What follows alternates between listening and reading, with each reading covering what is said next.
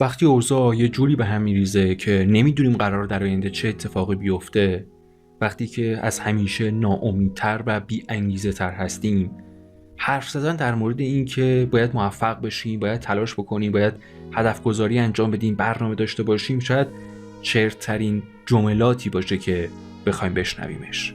منم قبول دارم، منم به این فکر میکنم که اصلا وقتش نیست، حوصله‌اش نیست که بخوایم برنامه بچینیم، هدف گذاری بکنیم، به روزای خوب فکر بکنیم و بخوایم برای رسیدن بهش تلاش بکنیم. ولی نمیشه کاری نکرد، چون در این صورت شک، تردید، رغبت، ناامیدی دست میندازن مثل یک قاتل خاموش رو گلومون و خفمون میکنن.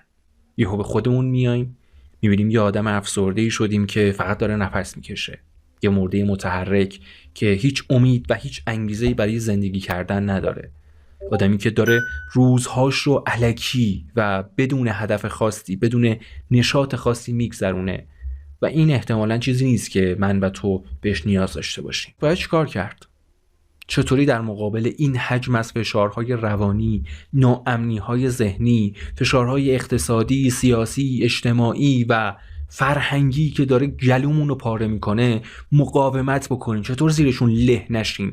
چطور وقتی شب میخوایم بخوابیم به امید بیدار شدن روز بعدش بخوابیم؟ چطور وقتی میخوایم از خواب بیدار بشیم از رخت خواب بیایم بیرون برای انجام دادن یک کاری این کار رو انجام بدیم؟ چطور زنده بمونیم؟ چطور مقاومت بکنیم؟ میخوام تو این ویدیو 5 راهکار بهت بگم که نه اینکه راه حل باشه، ولی میتونه یه مقداری این روزها رو بگذرونه، میتونه مرهمی باشه، میتونه مسکنی باشه برای این روزهای پر از درد و رنج و سختی که داریم. فرقی نمیکنه تو چه شرایطی هستی، عزیز رو از دست دادی، اوضاع به هم ریخته، ناامید شدی، ورشکسته شدی یا هر چیزی شبیه به این تکنیک‌ها بهت کمک میکنن بتونی دووم بیاری تا بتونی برای رسیدن به اون چیزایی که میخوای بعداً بجنگی، ولی الان مهمه که فقط دووم بیاری.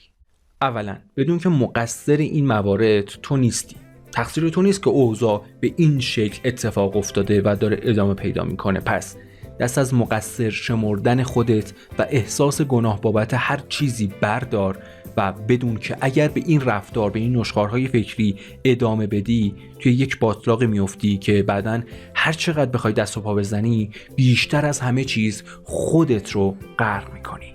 دوماً باید بدونی که هیچ کاری از دست تو بر نمیاد. اگه کاری برمیاد بلند شو انجامش بده، ولی احتمالاً 99% مواقع تو نمیتونی کاری برای شرایط بیرونی انجام بدی. هر خبری که میشنوی یه سوال مهم از خودت بپرس که خب الان من چه کاری میتونم انجام بدم؟ در این صورت دنیای تو دنیای متفاوتی میشه. دیگه بابت انجام ندادن یک کاری که نمیدونی چیه احساس پشیمونی و حسرت و سرخوردگی نمی کنی. به این فکر میکنی که خب من کاری از دستم بر نمیاد، که میگم اگه برمیاد باید انجامش بدی، ولی اغلب اوقات اینجور نیست. پس دست از این رفتار که خودت رو قهرمان بدونی که بخوای دنیا رو نجات بدی بردار، چون فقط در این صورت داری خودت رو اذیت میکنی. سوماً شاید با خودت بگی که خب من نمیتونم به هیچ فکر نکنم، من نمیتونم خودم رو مقصر ندونم، نمیتونم خودم رو قهرمانی نبینم که قرار اوضاع رو عوض بکنه. من به حس میگم اگه یه بستنی شکلاتی روبروی خودت باشه که بوی اون شکلات رو داری میشنویش، خیلی سخت مقاومت بکنی که این بستنی رو نخوریش. میفهمی چی میخوام بگم؟ میخوام بگم وقتی تو در مقابل اخبار مختلف قرار میگیری خیلی سخت مقاومت کردن در برابرش، که خب کاری از دستت بر نمیاد و نمیتونی اوضاع رو اونجور که تو دلت میخواد عوضش بکنی. پس تا اونجایی که ممکنه خودت رو از این فضا دور نگه دار. با خودت این وعده رو بذار که من در طول روز فقط 2 بار و در تایم‌های محدودی میام اخبار رو چک میکنم.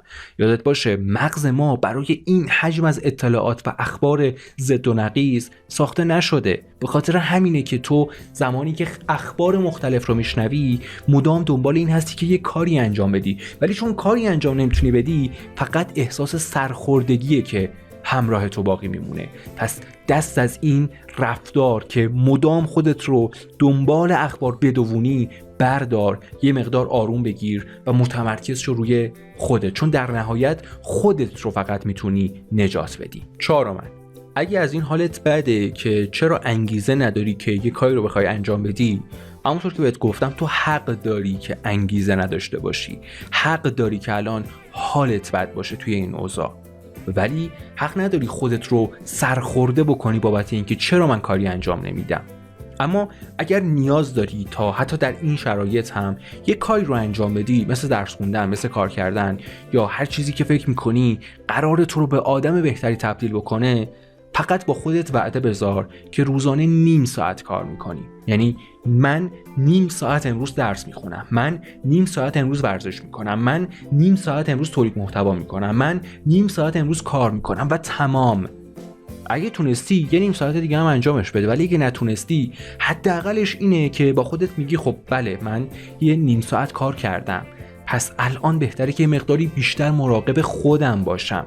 چرا؟ چون همونطور که گفتم ما به جز خودمون هیچ کسی رو نداریم. این روزها بیشتر از همیشه باید حواسمون به خودمون باشه. و مورد آخر، پنجم، اگر ذهن منفی بافی داری، اگر مدام وقتی یه خبری رو میشنوی به بدترین سناریوی ممکن فکر میکنی، اگه شبا با حال بدی میخوابی و روزها صبحها با ناامیدی از خواب بیدار میشی، باید بهت بگم که این تقصیر مغز توئه.